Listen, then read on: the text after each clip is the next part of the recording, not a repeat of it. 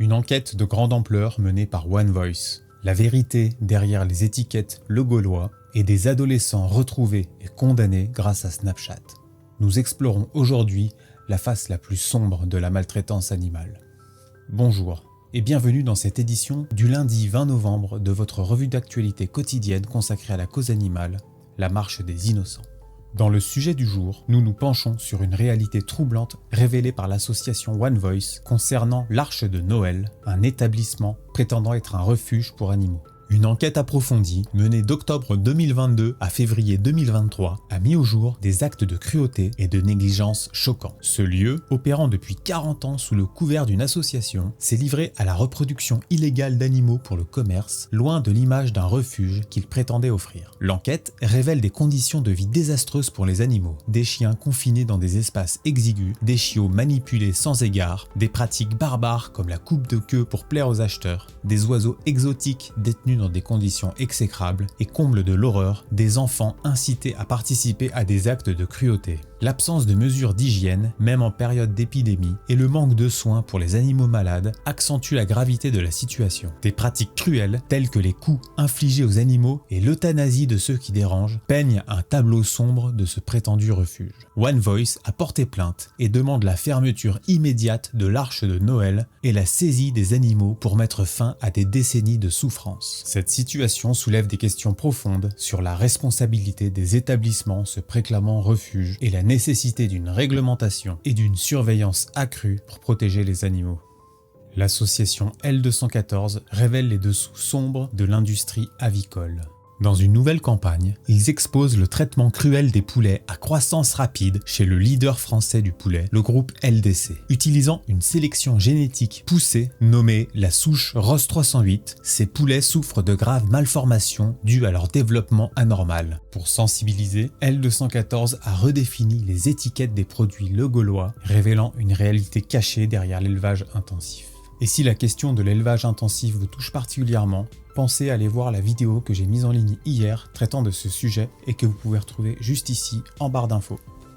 Tournons-nous maintenant vers une bonne action.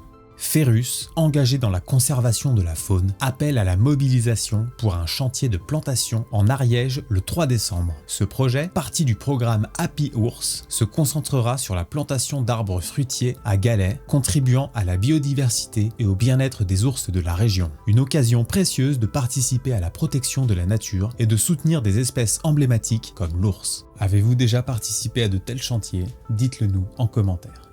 La fondation 30 millions d'amis alerte sur le danger d'extinction critique menaçant la tortue étoilée de Madagascar. Victime de braconnage pour le commerce illégal, sa population a chuté drastiquement. Ces tortues, prisées pour leur carapace unique, sont vendues à des prix élevés sur le marché noir. La fondation appelle à une action urgente pour sauvegarder ces espèces emblématiques. Elle souligne le rôle crucial des mesures de protection internationale et de la sensibilisation pour combattre le trafic d'animaux sauvages.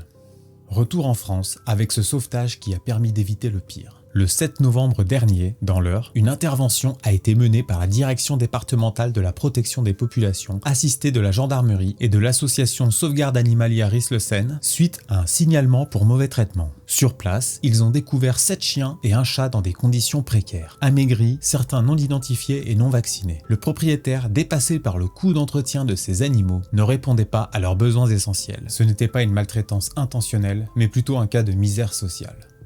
Continuons sur les bancs de la justice avec cette triste affaire. 2 adolescents ont été reconnus coupables d'avoir torturé et tué 2 chatons, un acte qu'ils ont filmé et partagé sur Snapchat, ce qui a permis de les identifier. L'association Stéphane Lamar, qui a joué un rôle clé dans l'exposition de cette affaire, a révélé les détails terrifiants de la maltraitance. Le tribunal correctionnel d'Évreux a condamné l'un des jeunes pour acte de cruauté ayant entraîné la mort et l'autre pour complicité. Les actualités sont lourdes et tragiques pour ce début de semaine. Et avant de se réconforter avec l'image du jour, voici les actualités condensées.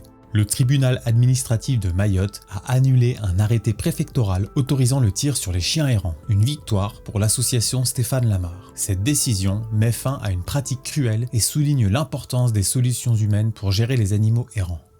En Île-de-France, les hirondelles ont connu un déclin alarmant de 90% en 20 ans. Cette diminution spectaculaire, révélée par une enquête de la Ligue de protection des oiseaux et du Muséum national d'histoire naturelle, est attribuée principalement à l'urbanisation et à l'agriculture intensive. Au Mans, une nouvelle antenne de L214 a organisé une opération de tractage, sensibilisant le public à l'exploitation animale. Cette action vise à éveiller les consciences sur les pratiques cruelles dans l'industrie agroalimentaire et à promouvoir des alternatives éthiques. Le gouvernement français lancera bientôt une inspection au Marineland d'Antibes suite à des préoccupations sur le bien-être des orques. Cette démarche s'inscrit dans un contexte de débat croissant sur la captivité des animaux marins. Et vous, que pensez-vous des delphinariums? Votre avis m'intéresse. Laissez-le moi en commentaire. Et pour clore cette revue d'actualité, comme toujours, la belle image du jour.